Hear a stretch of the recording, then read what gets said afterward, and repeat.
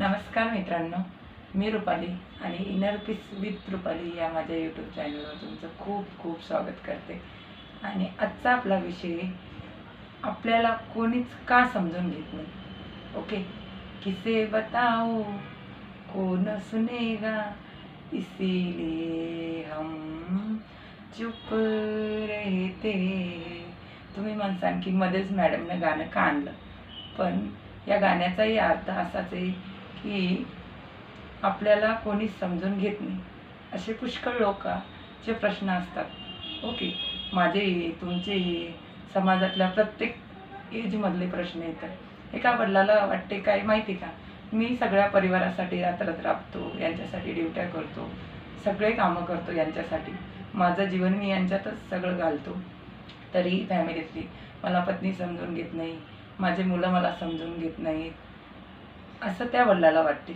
Okay, एखादा मुलगा जॉबवर असतो, तो डिपार्टमेंटमध्ये जॉब करतो, त्याला काय वाटते माहिती का, मी माझ्या फॅमिलीसाठी तिकडं घरदार सोडून राहतो, सगळं यांच्यासाठी करतो, आणि यांना एक फोन केला की यांचंच कीर्तन सांगतात, मला कोणीच समजून घेत नाही, असा त्या मुलाचा प्रश्न राहते. आणि काही पत्नीचा ज्या जॉब करतात, हाऊसवाईफ पण येतं आणि प्लस सेल्फ डिपेंडंट आहे, त्या पण माहिती का, त्यांना वाटते मी घरचे कामं करते, परत जॉब पण करते, सगळ्या गोष्टी मॅनेज करते, सासर सांभाळते, माहेर सांभाळते, पण माझा प्रश्न येते, मी कधी कोणाला काही सांगायला गेलं की आधी तेच त्यांचं सांगतात, आणि मी माझ्या नवऱ्याला, माझ्या मुलांना काही सांगायला गेली की ते मला न समजता त्यांचंच रडगाणं मला सांगत बसतात, मला का समजत नाही. अशा प्रत्येक एजमधल्या प्रत्येक लोकांचा हा प्रश्न आहे की मला कुणी का समजत नाही, असा प्रश्न राहतो ना.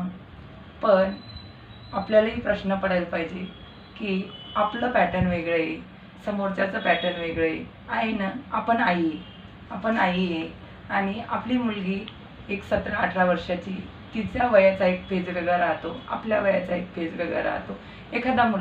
एखाद्या मुलाला लव्ह मॅरेज करणं त्या वयात खूप, म्हणजे त्याला वाटते आता मी जर लग्न नाही केलं एखाद्या मुलीसोबत तर ही दुनिया बंद पडेल, असं त्यावेळेस त्या मुलाला वाटते. पण त्याच्या वडिलाच्या वयाच्या मानाने विचार करा, त्याचे वडील काय, त्याच्या वडिलाला काय वाटते, या समाजात माझ्या मुलाला सगळ्या समजदार, गुणी, समजून घेणारी, चांगल्या विचाराची आणि चांगली दिसणारी, सगळे गुण असणारी मुलगी पाहिजे. ओके, पण त्या मुलाला जर एखादी फिल्म इंडस्ट्रीमधली हिरोईन जरी आणली तरी त्या मुलाला त्याच मुलीसोबत लग्न करायचं राहते ना. कारण की त्या मुलाचा पॅटर्न त्या वयानुसार तो असतो. त्याच्यामुळं त्या मुलाला काय वाटते, माझी फॅमिली मला समजून घेत नाही, समाज समजून घेत नाही, आणि मला थोडं समाजात राहायचं, मला त्या मुलीसोबत राहायचं, असा प्रश्न त्या मुलाला पडतो ना. पण त्या मुलाचा आणि वडिलाचा एक वय गॅप राहते, त्या गॅपमुळं त्या मुलाला वाटते मी जे करतो ते अगदी योग्य आहे, आणि वडील तर योग्य राहतातच, कारण की आपण जसं जसं मोठं होतो तेव्हा हे प्रश्न प्रत्येकाला जाणवतात की त्यावेळेस आपण जे करत होतो ते अयोग्य होतं, आज जे करतो आजच्या नजरेनं आपण जर पाहिलं तर हे योग्य वाटते ना. एखादी आई त्या मुलीला तिच्या अनुभवातून खूप काही सांगत असते, पण त्या मुलीला त्यावेळेस काय वाटते माहिती का, माझी आई मला चुकीचं सांगते, आणि तिच्या वयासोबत तिच्या फ्रेंड सर्कल राहतात, तर त्या फ्रेंड सर्कलमध्ये मॅच होऊन जाते ती मुलगी. त्या मुलीला काय वाटते, आम्ही सगळ्या मुली, आम्ही जे आमचं एक फ्रेंड सर्कल आहे हे अगदी योग्य आहे, आणि घरचे त्यावेळेस त्यांना काय वाटतात, दुश्मन वाटतात ना. त्याच्यामुळं आपण त्या फेजमध्ये जायचं, समोरच्याचा पॅटर्न वेगळा आहे, आपला पॅटर्न वेगळा आहे, आपण जो विचार करू तो समोरचा व्यक्ती करेल का, नाही करत ना.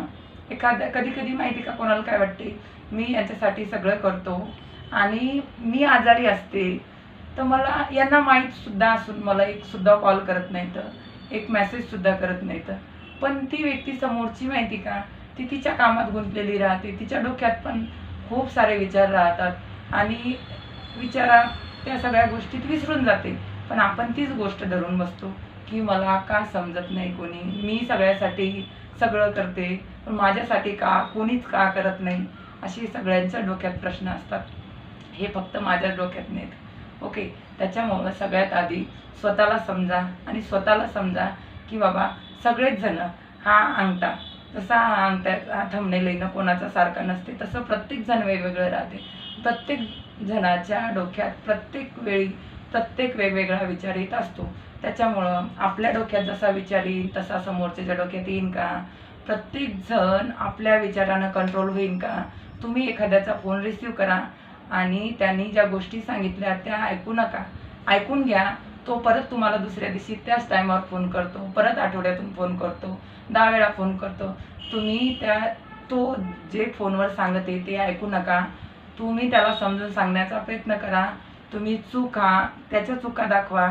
तो माहिती आहे का तुम्हाला परत 2 महिनेसुद्धा फोन लावणार नाही. म्हणून मग मी गाणं म्हणलं होतं की किसे बताऊ कौन सुनेगा, इसीलिए हम चुप रहते. आपले प्रॉब्लेम जर कोणाला सांगितले ना तर ते आपलं आज गपगुमान ऐकल, पण रस्त्यानं भेटलं तर त्या साईडनं जाईल, अशी प्रवृत्ती आहे. त्याच्यामुळं इथं कोणीच कोणाला समजायला आलेलं नसते. आपल्यालाच आपण समजायचं आणि स्वतःची समजूत घालायची, योग्य अयोग्य, आणि समोरच्या